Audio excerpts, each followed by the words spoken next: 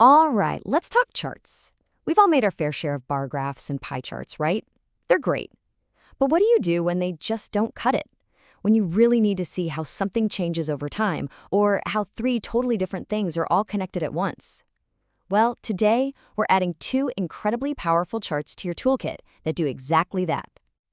So here's the plan. First, we'll quickly touch on why the basic charts sometimes leave us wanting more. Then, we're going to meet the run chart, our new best friend for tracking data over time, and see how a single spike can tell a whole story. After that, we'll tackle the really tricky stuff, how to show three dimensions on a flat screen using a bubble chart with a really cool global example. And by the end, you'll have two brand new ways to find those hidden stories in your data. We all know and love the classics of data visualization. I'm talking about your bar charts, your line graphs, your pie charts. And look, they are fantastic for showing simple comparisons at one specific moment. But what about when the story isn't just about how much? What happens when you need to show the journey, the narrative of what happened over time?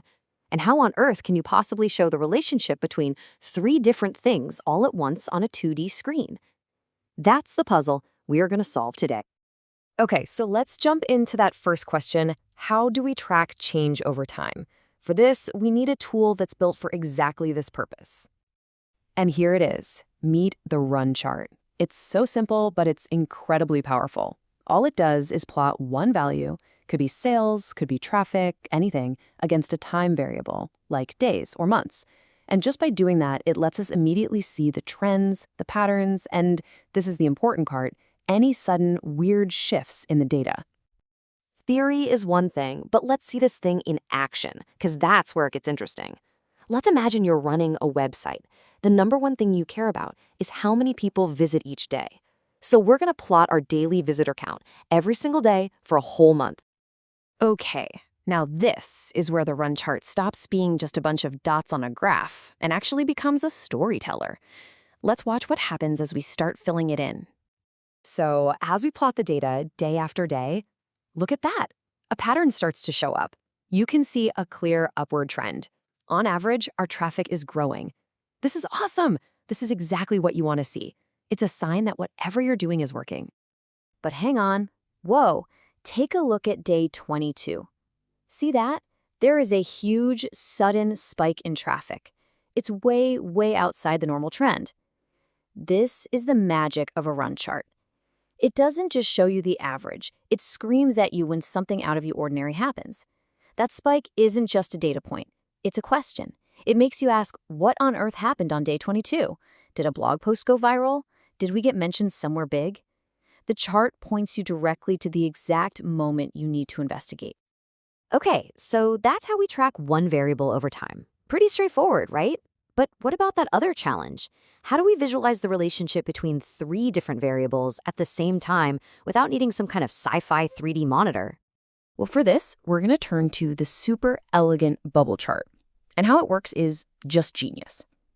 Step 1, you plot your first variable along the bottom, on the x-axis. Step 2, you plot your second variable up the side, on the y-axis. Now, so far, this is just a regular old scatter plot. But here comes the magic trick. For step 3, you use the size of the dot, the bubble, to represent your third variable. Let's put this into practice with a classic example that really shows you how much information can be hiding in plain sight. Okay, so what you're looking at right now is a standard scatter plot. Along the bottom, we've got a country's GDP, basically a measure of its wealth. And up the side, we have the average life expectancy for the people who live there. Each little dot is a country, and you can already see a pretty clear relationship. Generally speaking, wealthier countries tend to have higher life expectancies. Makes sense. But there's a huge piece of the story that's completely missing from this picture, right? The dot for a massive country like China looks exactly the same as the dot for a tiny country like Luxembourg. We have no sense of the human scale here. We're totally missing the population. So, how do we add that third dimension into the mix? We do it by turning those dots into bubbles. Just watch. As each dot inflates, its size becomes directly related to that country's population. And bam, the whole story changes. You instantly see the massive bubbles for China and India. And you can compare their health and wealth in the context of their gigantic populations. It is, just like our source says, a very efficient way to compare three metrics at once. We've got wealth, health, and population all in one single, easy-to-understand picture. So let's wrap this all up and make sure we've got it locked in. You now have two new, really powerful charts ready to go in your data visualization arsenal. So here's the big takeaway. When your story is about something changing over time, grab a run chart. It's perfect for spotting those trends and those out-of-the-blue anomalies.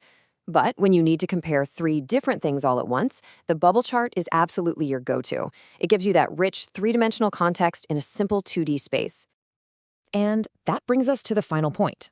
These charts, they aren't just for data scientists. They're tools for being curious. They let you ask deeper, more interesting questions about all the information that's flying around us every day.